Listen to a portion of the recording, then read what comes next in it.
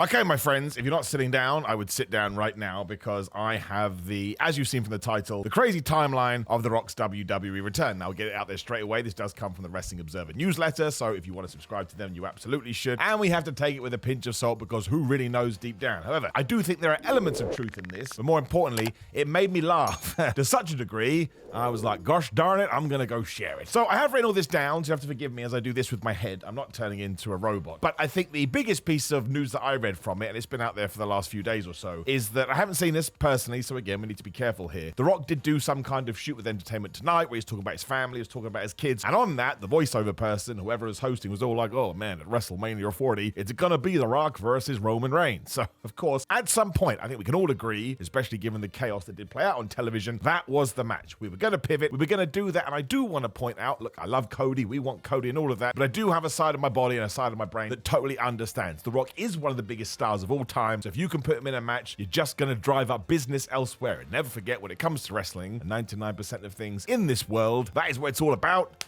Cash. Anyway, we go back to December 2023, and allegedly that is when The Rock started chatting to WWE and the board of directors about joining on. Now, I believe he got $30 million to do this. Obviously, he would have got a bunch of shares, and that's when they decided, you know what, if we are doing this, WrestleMania 40, the big 4-0 is just around the corner. Why don't we finally do Roman Reigns versus Rock match? And everyone was like, whoa, that sounds great. Now, obviously, around this time, we were also booking the Royal Rumble, and this is where it does get a little blurry. But because the plan was for Rhodes to win that thing, he did win it, because on the piece of paper that Triple H just had, I imagine, for over 12 months, was Roman Reigns versus Cody Rhodes Part 2. So he was going to finish the story, but once again, I can only imagine Paul Levesque included likely got word that The Rock was joining, and he too was like, well, it is The Rock, it is the great one, it is the people's champion, the most electrifying man, blah, blah, blah. So now we're going to have to shift some things. This is when we get into the good stuff. And apparently there was an idea at one point on the 2nd of February SmackDown where the Bloodline was going to take out Cody Rhodes. They were going to injure him, and that is how we were going to explain the fact that Cody could no longer compete after his Royal Rumble win. Now, actually, given what we did do, this would have been better, but there's also plot holes here. Straight away, my nerd hand would have gone up and said, excuse me, I saw Cody Rhodes fight with a torn pectoral. While there are ups and downs to that, of course, I would say, from a storyline point of view, it would make you worry. And the other one is that he would come back eventually. Surprisingly,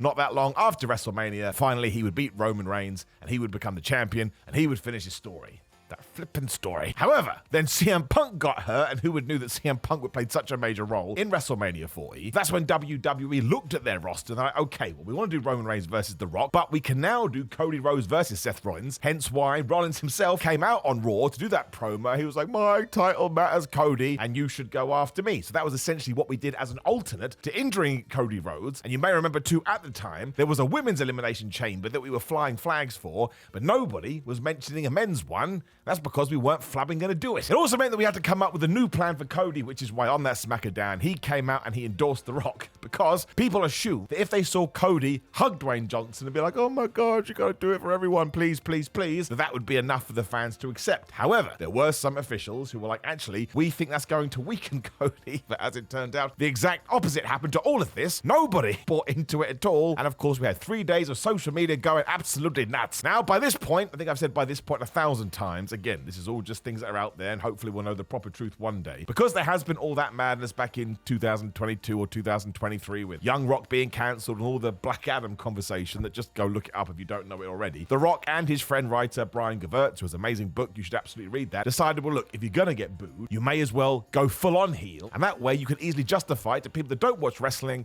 and playing the bad guy. And look, if they did come up with that, you've got to say more power to them. This version and character of The Rock, at least from my juncture at this point, is going to absolutely rule. Even then, though, when The Rock and Roman did do that stare down at the end of SmackDown in Birmingham, because everybody was going absolutely ballistic, as you'd imagine they would do, because it is like a mega match we've wanted for years, everyone was like, oh, man, it's going to be okay. Look how happy they are. And as we talked about, it all went in the toilet. So yes, it was The Rock who finally said, listen, let me go heel. It was The Rock who said, listen, if you want to do Roman versus Cody, you probably should. And that's when he pitched this tag match that we keep going on about, that we can do, I assume, on night one. The Rock and Roman Reigns, the new bloodline, taking on Cody Rhodes and Seth Rollins. Now, we have to point out, on the 16th of February, that match has not been confirmed. Now, That sentence may not make any sense. Somebody came to my door and interrupted my flow. It's also why we're tying it all into the boardroom stuff, because WWE believes if they do blur this idea of, oh my gosh, The Rock is on the board and he's in control, that explains all the chaos mostly being WWE has pivoted at least 9 times, including to these reports, and they're still trying to find their way. But actually, if we do get to Roman Reigns versus Cody Rhodes on night 2, and we do that tag match on night 1 with all the other stories we do get going on, I still think that's a pretty flubbing good WrestleMania. The most interesting line is that the newsletter also said there is more to come, but at the moment, given the timeline, it can't be talked about.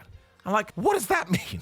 What else could possibly be going on? And this is all before we get into the fact that Triple H has also inserted himself into this storyline, which goes back to blurring the lines, because of course Triple H is the actual runner of creative, whereas The Rock now does have some say, but probably doesn't have direct say. I mean, it's very hard to explain just because it's absolutely bonkers. But there you go. That is The Rock's return to WWE, sort of shortened as best as I possibly could. Now, again, there has to be a pinch of salt to all of this, because we're not there. We're not sitting backstage. But this is the train that I would ride from here on out. And I think when we get to the end of WrestleMania 40, you have to see Cody Rhodes with that belt in his hand and maybe even being endorsed by The Rock. Again, I don't know what The Rock's schedule is, but at a Saudi Arabia show or a SummerSlam or next year's WrestleMania, I do want to see The Rock versus Roman Reigns. Again, most of this is just bad timing because we're all desperate to see Cody finish his story. But let's not forget that is still a pretty amazing thing to have in your back pocket, right? It could be, I don't know, I don't want to insult any wrestlers. It could be Doink the Clown versus Repo Man. Now, I, for one, would be over the moon, and I want that match more than anything, but I totally understand that it doesn't really appeal to most fans' tastes. I will say that I'm actually quite intrigued to see how this all goes, because just having a heel Rock, even for 2 weeks, 3 weeks, 4 weeks, 5 weeks, 6 weeks,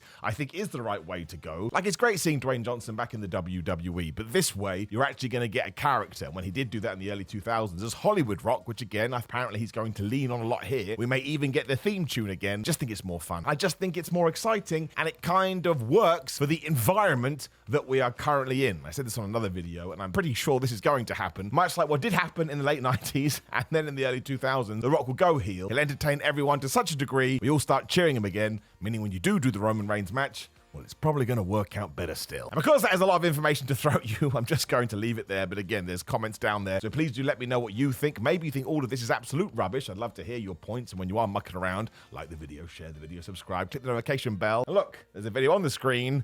And surprise, surprise, it's me talking about that tag match. Also, please do go to wrestlemania.com/Simon. You just go to Simon to get 10% off. These are supplements that I use every single day of my fitness life. I think they're very good, and I genuinely feel like they do help me. Patreon.com/Simon316. Simon316 on Instagram and Twitter. Please come follow me, especially on Instagram. Trying to focus more on that going forward, mostly because Twitter or X is becoming worse and worse. Simon J. Miller on TikTok. Simon Miller on Cameo if you want some kind of a shout out. Love doing those. Samson Athletics and Pro Wrestling Tees if you want some of my dumb merchandise. But otherwise, given that it is Friday, in case you do watch this day one, enjoy the weekend, and I'm very pumped about this SmackDown later. The Rock and Roman Reigns as buddy and friends as brothers, and I suppose blood kin, whatever that means.